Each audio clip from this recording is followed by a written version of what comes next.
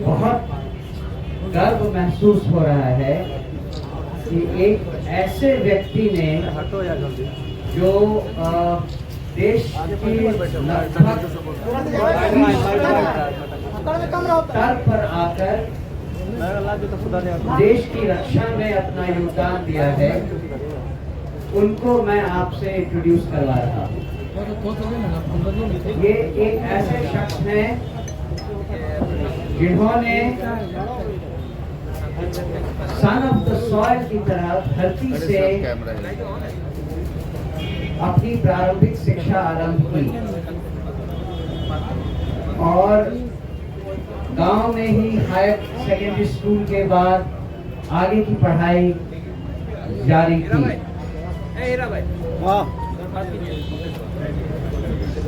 मुझे उनका धन्यवाद करना चाहिए जन स्वराज पार्टी की तरफ से कि आज lieutenant general S K. Singh, Shri Krishna Singh आज तरारी लोकसभा विधानसभा कॉन्स्टिट्यूएंसी के लिए जन स्वराज पार्टी का उम्मीदवार बनने को तैयार हुए हैं। देश के लिए आर्म फोर्सेस से ज्यादा कमिटेड और कोई नजर नहीं आता और लेफ्टिनेंट जनरल एस.के. सिंह ने as vice chief of arm staff of Indian army के पद से होते हुए अपना कार्यभार समाप्त किया था। हमें इस बात से बेहद खुशी है कि उन्होंने तरारी कॉन्स्टिट्यूएंसी को रिप्रेजेंट करना स्वीकार किया है। मैं उनसे रिक्वेस्ट करूंगा कि वो दो शब्द अपने बारे में कहें। Lieutenant general S K. सिंह।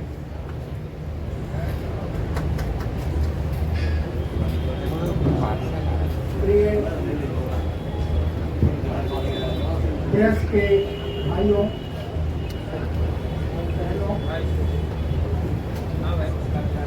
कुछ दिन पहले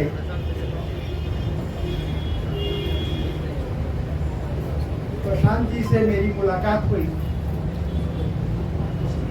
और जिस तरह से ये काम बिहार में कर रहे हैं, हर बिहारी उसको फॉलो कर रहा है और मैं भी बहुत ज्यादा इम्प्रेस था उनसे। ये और उनकी टीम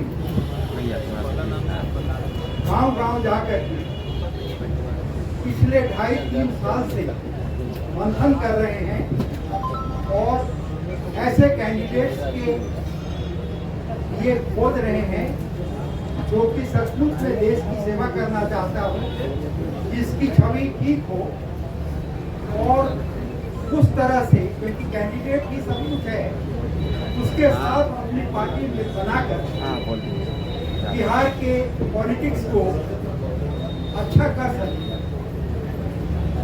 ये जो उनका संकल्प और साधना है, ये मेरे को बहुत अच्छा लगा और दिल को भा गया और दिल से मैं उनके हर प्रोग्राम को फॉलो करता था, देखता था। लेकिन देखिए, ये भाग्य की बस होता है कि तरारी विधानसभा की सीट खाली हुई, उसी में मेरा गांव है और मेरी बहुत वो है यादें उसके साथ लगी हुई है। मैं गांव के साथ लगा रहूँगा, हमेशा आप हमारे गांव को पूछिएगा। शुरू में मेरी परवरिश एक साधारण परिवार में, किसान के परिवार में, मेरे पिताजी किसान, वहाँ पर मैंने प्राइमरी स्कूल किया और हाई स्कूल त्रिपुरा में गए, जहाँ मेरे चाचा जी टीचर थे। वहाँ से मेरा सिलेक्शन हो गया राष्ट्रीय इंडियन मिलिट्री कॉलेज देहरादून के लिए यहाँ से एक ही सीट होता था। हमको ट्रेन वगैरह कहीं नहीं बैठे थे, सीधे पूरा से पहुँच के देहरादून। माइक पास कर ले सर। उसके बाद में फौज का कैरियर चलता रहा। एनडीए किए, आईएमए में थे, टॉप ब्रैकेट में थे। तो मेरे से पूछा गया कि आप क्या ज्वाइन करना चाहते हैं। उस समय मैं बहुत प्रभावित था फील्ड मार्शल मानेसर से। तो मैंने फील्ड मार्शल मानेसर की रेजिमेंट 8 कोठा राइफल ज्वाइन किया और as a second lieutenant Delhi में जब मैं पोस्ट हुआ तो उनसे मिलने का मौका मिला। वो मेरे आइडियल बने रहे। और आगे की कहानी कहने से पहले मैं बता देता था कि जब वो 2008 में उनका देहांत हुआ तो मैं उनके साथ सरकार में, और वो हमारे रेजिमेंट के पहले कर्नल ऑफ द रेजिमेंट होते हैं, कर्नल सादर फिगर, और मैं 8वां कर्नल ऑफ द रेजिमेंट था जिनके हाथों में उन्होंने दम दिया। तो मेरा लगाव उनके साथ हमेशा लगा। फिर उसी बटालियन को मैंने कमांड किया। इंडियन आर्मी के जो लोग जानते हैं सबसे कठिन इलाका होता है सियाचिन ब्रिगेड। मेरे को सियाचिन ब्रिगेड कमांड दिया गया सबसे ज़्यादा टाइम के लिए। उसके बाद मैंने कोड़ा डिवीजन में कमांड किया जहाँ पर कि 2005 में अर्थक्वेक आया था। वहाँ का पूरा रिहैबिलिटेशन करवाया। जनरल सिन्हा जो होते थे उस समय गवर्नर होते थे और मेरे को वहाँ के अति विशिष्ट सेवा मेडल से सम्मानित किया गया। उसके बाद में मैं उसी रैंक में पूना गया सदर्न कमांड में, जहाँ पर कि मिलिट्री वर्ल्ड गेम्स किया जा रहा था पहली बार। उसका पूरा संचालन मेरे हाथों में था और बहुत अच्छा प्रेज हुआ। उसके बाद में मैंने देखा जो कि हमारे इंडियन आर्मी का सबसे कठिन और सबसे बड़ा कोर है, उसका कमांड लिया है। उस समय चाइनीज का जो बिल्डअप हो रहा था उसके लिए पूरा आर्मर्ड रेजिमेंट्स और टैंक्स उस समय मेरे को श्रेय दे सकता हूँ कि मैंने उसको इलेक्ट कराया। वहीं पर वो जो बॉर्डर के जो बना हुआ डिफेंसेस और इंफ्रास्ट्रक्चर बन रहे हैं उस समय स्टार्ट किया गया, जबकि अब बहुत अच्छे क्वालिटी के हो गए। उसके बाद मैं आर्मी कमांडर बनकर के जयपुर में गया। जयपुर में 1 साल काटने के बाद में मेरे को दिल्ली में वाइस चीफ के तौर पर चुना गया। वाइस चीफ के तौर पर जब मैं था तो उस समय उत्तराखंड का जो त्रासदी हुई थी उसका पूरा ऑपरेशनल कंट्रोल मैं ऑफिसर से किया। और उसके बाद जब मैं रिटायर किया 2013 के अंत में, एक दिन में गैप नहीं था मेरे लिए। 4 साल के लिए मेरे को आर्म फोर्सेस ट्रिब्यूनल में एडमिनिस्ट्रेटिव मेंबर के तौर पर वहाँ पर नियुक्ति किया। अब जब मेरा पूरा 41 साल फौज की नौकरी, 4 साल जज की नौकरी, ये सब पूरा होने के बाद जब मैंने पीछे देखा तो मैंने कहा कि अपना मैंने फर्स्ट इनिंग्स जितना हो सकता था देश की सेवा में लगा। अब सेकेंड इनिंग्स में मेरे को अपने गांव की तरफ जाना है।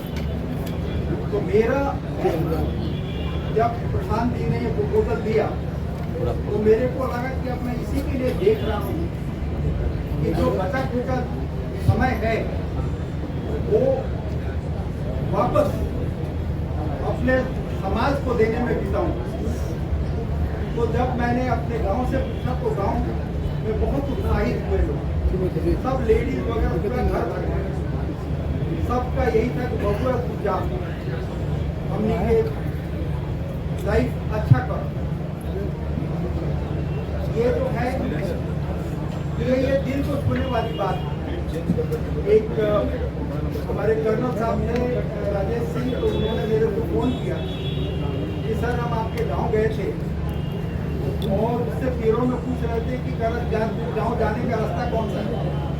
तो उस लड़के ने बोला, अच्छा आप जनू साहब के गाँव जाना चाहते हैं?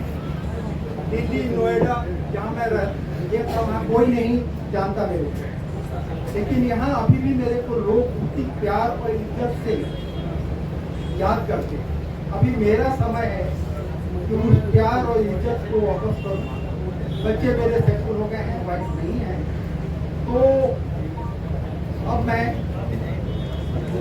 अपना समय सेवा में उस समाज को देना चाहता हूं जिन्होंने मेरे को इस लायक बनाया।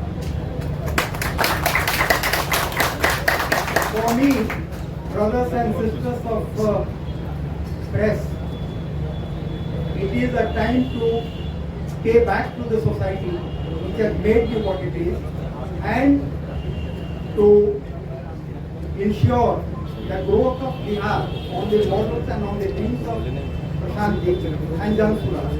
And let us bring a very clean and healthy politics so that our country and our state and our district and villages do as well. Jai Bihar, Jai Hind. एक सवाल है आपसे, अग्निवीर के बारे में आपका क्या कहना है? जी, अग्निवीर के बारे में क्या कहना है? देखिए अग्निवीर लेटेस्ट आया हुआ है। मैं भी आपकी तरह जो है सिर्फ अपना विचार दे सकता हूँ, हम भी इंडिविजुअल विचार है। अब पॉलिसी के रूप में किस तरह से क्या हुआ मेरे को उसकी जानकारी नहीं है, लेकिन पर्सनली मैं अपने पुराने विचार का आदमी हूँ और मैं सोचता हूँ कि मैं खुश नहीं हूँ किसी से। इसलिए नहीं खुश हूँ, 2-3 कारण बता देता हूँ।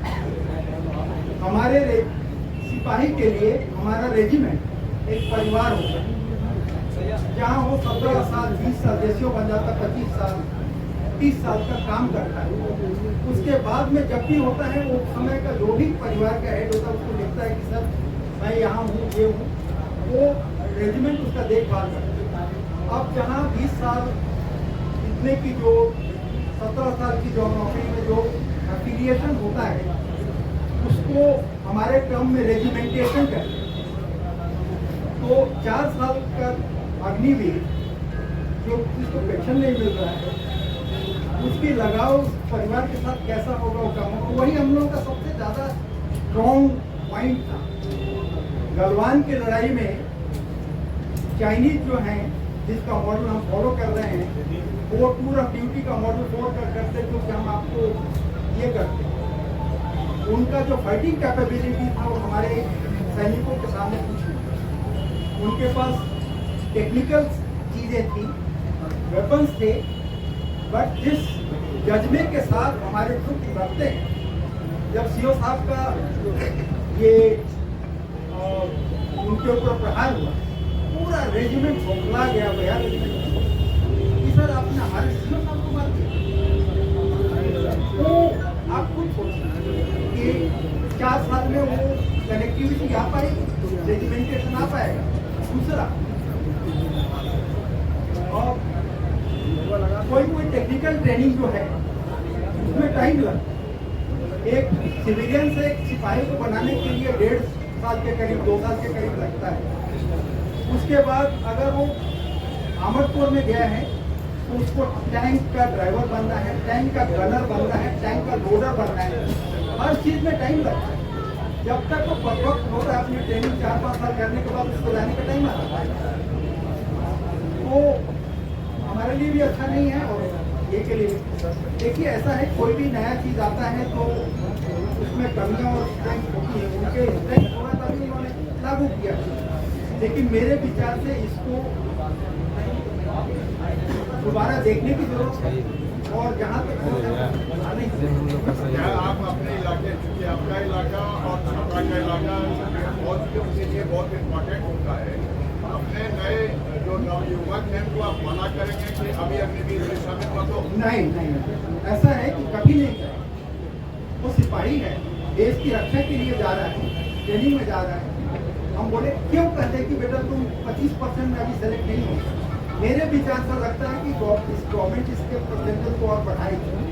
दूसरा ये गवर्नमेंट का स्कीम है और पुराने हरियाणा वाले जो बोल रहे हैं अभी के लिए इसको फेल नहीं होना, कोई भी अग्निवीर बेकार नहीं होगा, उसको कुछ ना कुछ नौकरी मिलेगी।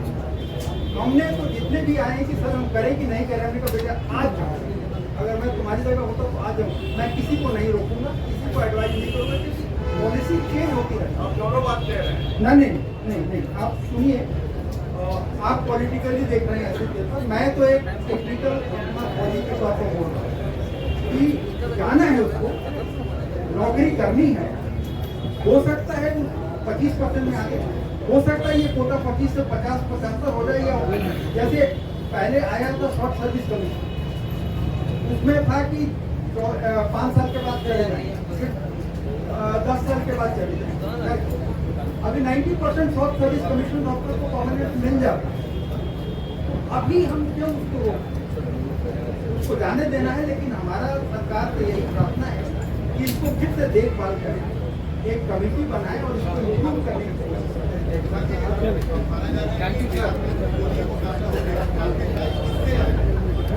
सबसे पहले तो आप सभी मित्रों का धन्यवाद, आपको इतनी गर्मी में इतनी बड़ी संख्या में आए हैं। मैं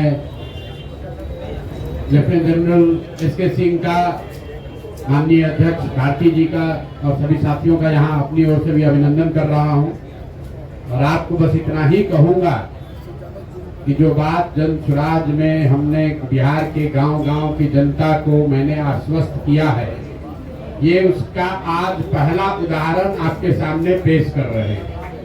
जो मैंने ये बात बताई है, इसी बिहार की मिट्टी से, इसी बिहार के गांव-गांव को मत के ऐसे लोगों को चुनकर निकालेंगे जो हर व्यक्ति प्रशांत किशोर से ज्यादा काबिल हो, प्रशांत किशोर से ज्यादा बेहतर हो। इसी मिट्टी से, उसी करत गांव से, तरारी से, आप सब यहाँ पत्रकार बंधु हैं, तरारी की पहचान क्या है? बालू माफिया, भूमि माफिया, वो जातीय हिंसा का केंद्र रहा है। उसी तरारी के गांव से, करत से निकले हुए हमारे इसके सिंह साहब भी हैं, वो भी बिहार के लाल हैं। और ये जन स्वराज की पहचान है और ये बिहार की पहचान बने, ये उसका अभियान है।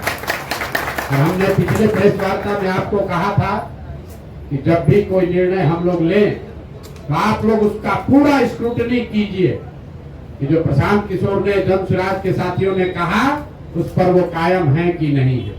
और मैं आप सबको चुनौती भी दे रहा हूं कि आप जनरल एसके सिंह से बड़ा और बढ़िया बिहार का बेटा, तरारी का बेटा ढूंढ कर दिखाइए, हम बिल्कुल मानने के लिए अपनी गलती मान लेंगे। इस उम्र में भोजपुर की पहचान क्या है? लोग कहते हैं बाबू कुंवर सिंह 81 साल के उम्र में अंग्रेजों से लड़े थे। इस उम्र में लेफ्टिनेंट जनरल जो vice chief of army staff है, आपकी जानकारी के लिए बता दूं, बिहार से सिर्फ 2 ही लोग आज तक vice chief of army staff बने। एक एसके सिन्हा साहब थे और एक दूसरे लेफ्टिनेंट जनरल एसके सिंह साहब। ये साधारण अचीवमेंट नहीं है बिहार के बच्चे के लिए। गांव से निकला हुआ लड़का वहां पहुंच गया और ये अचीवमेंट बड़ी गौरव की बात तो है, लेकिन उससे गौरव की बात यह है कि इस उम्र में सारा सुख सुविधा छोड़कर, जैसा जनरल साहब ने बताया, इनकी पत्नी नहीं है, 2 बच्चे यूनाइटेड स्टेट्स में रहते हैं, दिल्ली में अच्छी जिंदगी चल रही है, जीवन भर के लिए सारी सुविधा मिली हुई है, तो सब छोड़कर वापस तरारी में आकर चुनाव लड़ना, ये दिखाता है कि बिहार के लोगों में अपनी मिट्टी को सुधारने का जज्बा अभी दबा है, खत्म नहीं हुआ।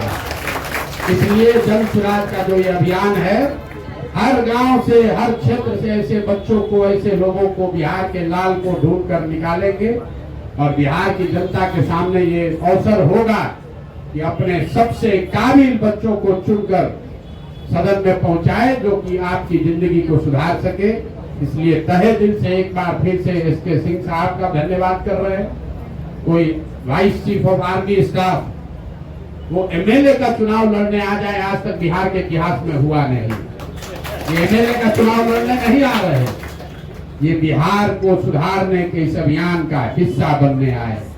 ये हमारे लिए जन स्वराज परिवार के लिए, जन स्वराज की सोच से जुड़े हुए सभी लोगों के लिए गौरव की बात है कि ये बिहार के हैं, तरारी के हैं। इन्होंने बहुत लड़ाई लड़ी है। इन्होंने अभी कुछ आपको गिनवाए कि किन किन कमांड को इन्होंने लीड किया है, कहाँ कहाँ देश में इन्होंने सेना का नेतृत्व किया है।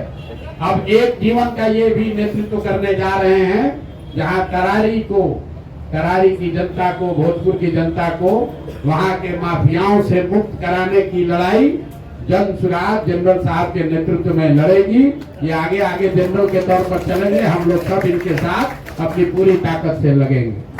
मैं यहाँ तरारी से आए हुए कुछ हमारे साथीगण हैं, जिला परिषद साहब हैं, मुखिया जी हैं, ये सारे लोग जिनके सहमति से इनका चुनाव हुआ है, मैं चाहूंगा इनका भी मैं धन्यवाद करूंगा।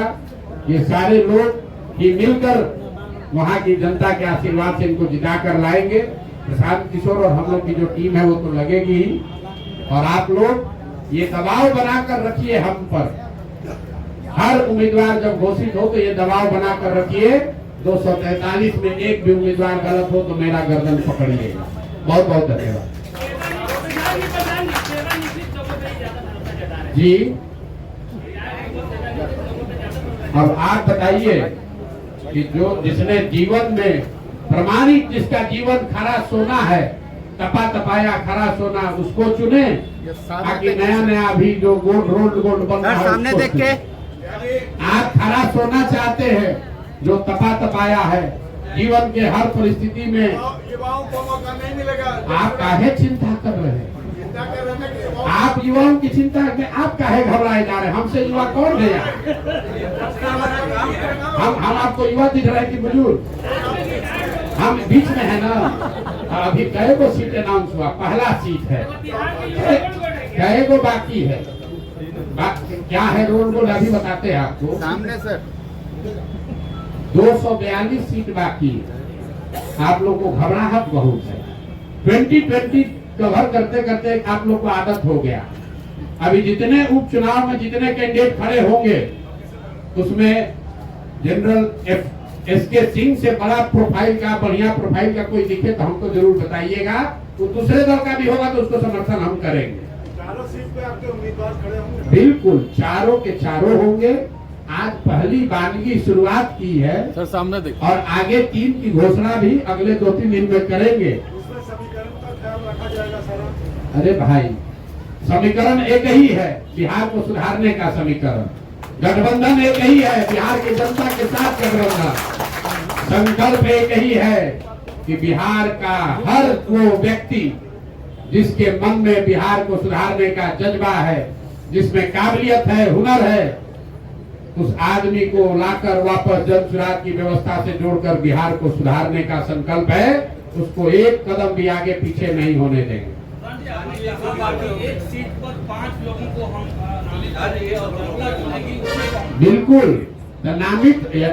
आपको थोड़े ना बताएंगे। जो नामित लोग हैं कि बगल में बैठे हुए एक नामित वो थे, उनके बगल में एक बैठे हुए नामित वो थे, और सब 5 ने मिलकर एक नाम पर सहमति की है। आपको घोषित कर रहे हैं। एक संभावित उम्मीदवार में वहाँ के जिला परिषद 2 बार आपकी पत्नी जीती हुई है, आप अपना परिचय दे दीजिए। ऐसा नहीं है कि कोई एक कमरे में बैठ के तय हुआ। वहाँ पर जो 5 लोग नामित थे, उन 5 साथियों ने बैठ के कहा कि नहीं, हमने से जनरल जनता नहीं है तो पत्रकार चुनेगा तो जनता है, तरारी की जनता चुनेगा तो गलत है।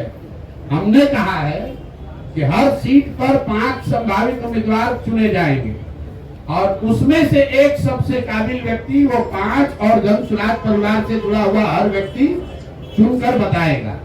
तो हम सिर्फ उम्मीदवार नहीं बैठा रहे, इनके साथ जो संभावित उम्मीदवार थे उनको भी बगल में बैठाया। अब आप पहचान नहीं रहे या पहचानने का प्रयास नहीं कर रहे, बिल्कुल ये कर रहे हैं। मैं घनश्याम मेरा नाम हुआ और तरारी से मेरा जब से जन्म हुआ है तब से मेरा लगाव रहा है। मेरी जन्मभूमि तरारी के चित्र रहा है। मेरी पत्नी शहार करारी विधानसभा में सहार के 12 पंचायत, करारी के 19 पंचायत, पीरो नगर परिषद और पीरो के 7 पंचायत शामिल हैं। इन्हीं सब क्षेत्रों का हमने एक बार करारी से भी और 2 बार मेरी पत्नी जिला पार्षद के रूप में सहार से चयनित हुई। और इनका नारा है बदलो बिहार, मेरा उस वक्त का नारा था बदलो सहार, और हमने बदला सहार को। और इस सहार से बालू बलि, बाहु बलि, धन बलि, ये तमाम बलियों का समीकरण अपने हिसाब से जिस तरीके से ये रणनीतिकार है बिहार के लिए, हमने भी सहार के लिए वो रणनीतिकार बन करके अपनी पत्नी को 2 बार जिला पार्षद बनाया। और आज जब हम सारे लोगों का एक मानसिकता बने कि हम लोग करारी से किनको लड़ाएं, तो मैं आपको बता दो खुल करके ये प्रशांत जी का चयनित चेहरा नहीं है, ये हम लोगों का चयनित चेहरा है, ये हम लोगों का चयनित चेहरा है। और आपने कहा युवाओं की भागीदारी की बात, मैं युवा हूँ और हमारे ये पिताजी के तुल्य के मैं पिताजी का साथ छोड़ दूँ। यदि मेरे पिताजी लड़ना चाह रहे हैं और हमको इच्छा कि मेरे पिताजी थल सेना में जा करके देश की सुरक्षा के लिए अपना समय गंवाया है, तो आज करारी के धरती पर आकर के गरीबों की सेवा, गांव की सेवा और हमारे समाज की सेवा करना चाहते हैं, तो ये बेटा का धर्म बनता है कि अपने पिता का स्थान लेकर के करारी को बदला जाए। और करारी को बदलने का जिम्मा सिर्फ यही पर नहीं है, करारी के जो आपने लिखा भी है, हमने जो स्वराज का मेरा नारा है हम लोगों का सामूहिक प्रयास, उस सामूहिक प्रयास में ये घनश्याम राय, ये कर्नल साहब, लेफ्टिनेंट साहब के साथ, और ये चुनाव करारी को बदलने का चुनाव है। करारी में जिस तरीके से माले का एक तरफ देखिए, मैं वहाँ से बहुत दिनों से मैं राजनीति से जुड़ा हूँ, 2 पोल पर राजनीति होती रही है। एक नेता आया मंच पर से कहा कि मुझे चुनाव जिता दे, मैं माले को बंगाल की खाड़ी में फेंक दूंगा, तो फॉरवर्ड कमेटी को लगा कि मेरा इससे बड़ा कोई नेता नहीं है। दूसरा नेता आया, उसने कहा कि मैं रणवीर को उठा के बंगाल की खाड़ी में फेंक दूंगा, तो बैकवर्ड कमेटी को लगा कि इससे बड़ा नेता मेरा कोई नहीं है। जबकि स्वास्थ्य की चर्चा कभी नहीं हुई, शिक्षा की चर्चा कभी नहीं हुई है, और करारी के विकास की चर्चा कभी नहीं हुई। करारी में वैसे लोग आकर के प्रतिनिधित्व करने लगे जिनका बाहुबली का नाम पड़ता है, जिनका धनबली का नाम पड़ता है। जो बाहुबली है लोग, वो प्रत्यक्ष हो या परोक्ष हो, ऐसे लोगों को। और एक नया चीज आपको यही बता दूं करारी के लिए, करारी में अब बंद सवार नहीं चलने दिया जाएगा। और हम लोग किसी भी कीमत पर, हम ये भी नहीं है कि जाति और धर्म की बात वहाँ होती है, वहाँ मानवता की बात होती है। और हम लोग हिम्मत होकर के तमाम लोगों के परिवर्तन की बात, सहार को बदलने की बात, करारी को बदलने की बात, पीरों को बदलने की बात, और ये सब बदल करके हम लोग आपको एक अच्छा रिजल्ट देंगे। आपके सामने वो रिजल्ट आएगा और हम पूरी दावा के साथ कहते हैं कि हम मजबूत स्थिति में लेफ्टिनेंट साहब रखेंगे। धन्यवाद धन्यवाद धन्यवाद। अरे यार हेलो,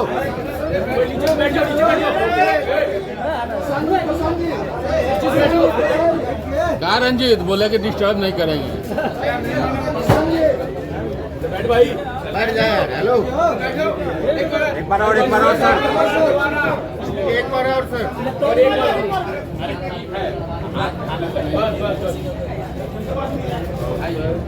भैया नीचे गिर जाओ थोड़ा। आपकी टीम कब हो गया अनाउंसमेंट सामने? अरे धीरे धीरे खाली इतने कीजिए ना तो पचे, एक की बात ज्यादा दे देंगे तो पचेगा नहीं। यहाँ के जनता को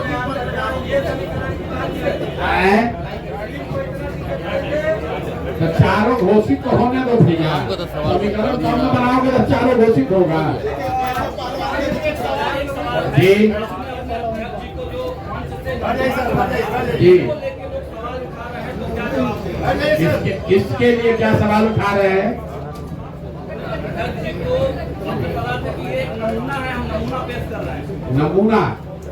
नमूना जो है ये भोजपुरी का वर्ड है।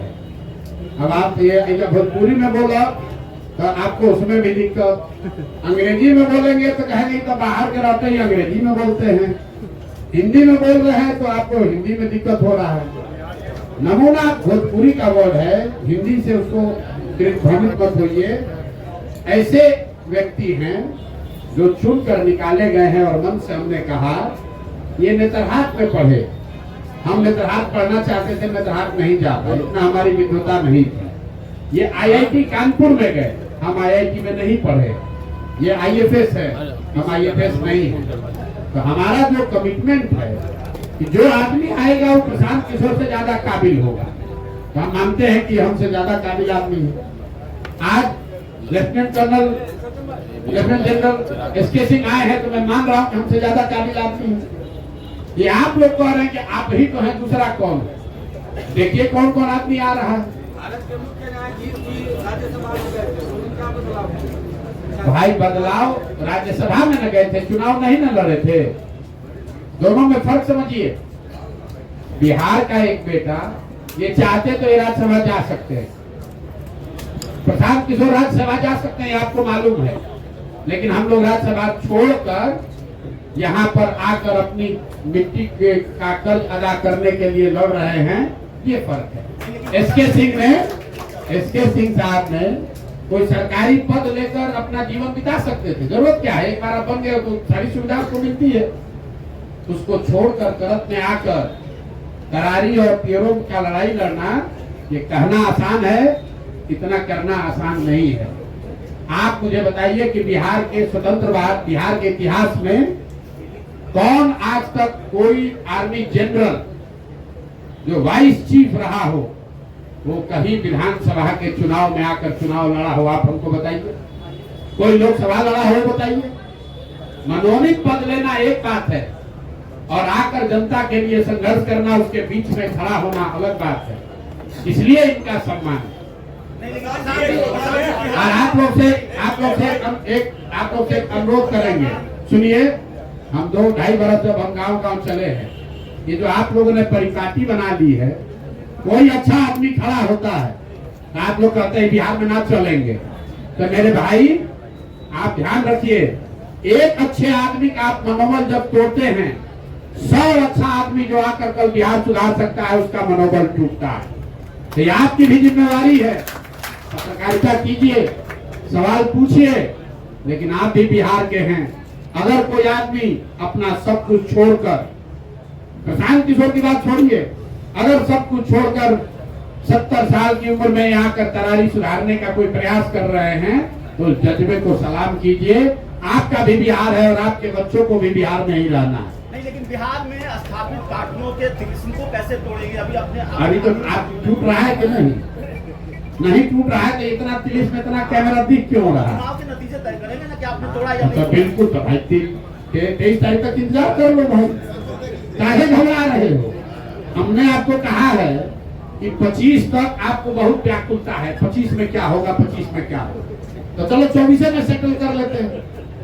23 नवंबर को पता चल जाएगा कि किसका वोट कटा, किसका बटा, कौन आगे गया, कौन पीछे हुआ। 23 को हम फिर यही रहेंगे। आप हमको घेर लीजिएगा कि प्रशांत सर आपको नहीं बुलाया, देखिए आप हार गए। और सैंपल आप फिर कह रहे हैं, फिर कहेंगे तो कहेंगे नमूना कह रहे हैं। आप देखिए सैंपल, लोग कहेगा कि लेफ्टिनेंट जनरल को सैंपल कह दिया। ये जन स्वराज का एक व्यक्ति दिखा रहा है कि आने वाले समय में जन स्वराज से कैसे लोग चुनाव लड़ेंगे, ये उसकी बानगी। अरे मुख्य चुनौती बस आपकी हमारी मानसिकता है कि बिहार नहीं सुधर सकता है, इसको चुनौती मानते हैं। जिस दिन वो मानसिकता से निकल गए, आप सब चाहते हैं कि ऐसा आदमी जीत कर आए, लेकिन आपकी मुख्य चुनौती है कि आपको लग रहा है कि ना जीतना तो चाहिए, आदमी तो बढ़िया है, जीतेगा तब ना। उस मानसिकता से लड़ाई है। जिस दिन आप उस मानसिकता से निकल गए, बिहार से ज्यादा काबिल लोगों की कोई जमीन नहीं है इस देश में, और आपको जन स्वराज में करके दिखाएंगे। अब बहुत हो गया, अब कुछ सवाल रखिए आप लोग अगले। हरियाणा और जम्मू कश्मीर में ये है, बीजेपी एक रिपोर्ट में पीछे थी, फिर भी हरियाणा में जीत हुई। महाराष्ट्र और झारखंड में भी चुनाव है, क्या भविष्य आप बीजेपी का देख रहे हैं? हम भविष्य बीजेपी का अंधकार में देख रहे हैं। बिहार में बिहार में बीजेपी का भविष्य अंधकारमय है। देखिए तरारी से, देखिए क्यों अंधकार में। साहब आर्मी में रहे, ऐसा तो है नहीं कि जन स्वराज को बहुत छोटा प्रयास 2 साल से हम लोग शुरू किए हैं। भाजपा जैसे दलों के पास, राजद के पास सुशासन की बात करने वाले जदयू के पास ये मौका था कि करड़ के इस लाल को आगे बढ़ाते वहां से चुनाव लड़ाते, लेकिन भाजपा किसको चुना है? किसको चुना है भाजपा भाई? किसका नाम बताइए जरा जोर से। नाम अनाउंसमेंट नहीं हुआ है? नहीं, आप लोग को मालूम है कौन लड़ेगा चुनाव? तो जैसा जैसा चुना है वैसा भरेगा। तो आप ऐसा है, हम भाजपा का हम थोड़े टिकट जारी करते हैं भाई। वहां से कौन लड़ता रहा है वो आपको मालूम है। उन लोगों को देख लीजिए और जनसुराज जिसको लड़ा रहा है उसको देख लीजिए। जीत हाथ छोड़िए। जनसुराज जिसको तरारी से लड़ा रहा है और भाजपा जिसको लड़ा रही है, लड़ाने की चर्चा कर रही है, दोनों का भविष्य, दोनों में जो अंतर है वही जनसुराज के उजाले और भाजपा के अंधियारे में फर्क है।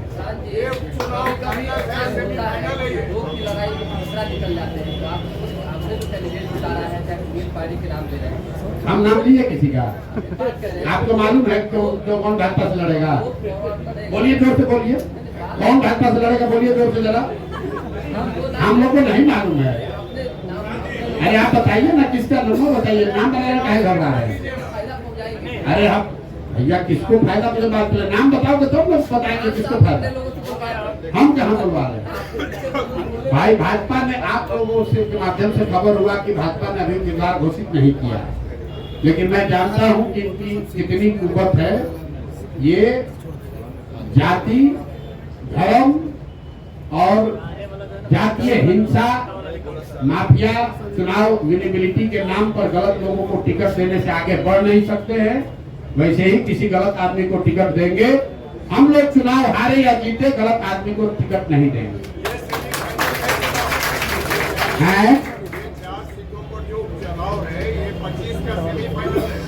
भैया 23 तारीख को रिजल्ट आएगा। यही सेमीफाइनल है, यही फाइनल है। जो लोग हारे तो कहानी उनका गया। ठीक है सर, जी जी। बीजेपी आपको लड़वाना चाहती थी, आपने मना किया था? ऐसा बात नहीं है। क्या हुआ था कि मैं 2013 दिसंबर में रिटायर कर रहा हूँ। अपने स्कूल में और आरा में कुछ एक सर्विसमैन के लिए मैंने काम किया। तो उस समय मेरा पॉपुलैरिटी पीक पर, सब लोगों ने सोचा कि मैं पॉलिटिक्स में आऊँ। लेकिन उससे पहले मेरे को appointment letter arm forces tribunal का मिल चुका था, जो कि एक हाई कोर्ट जज के बराबर है।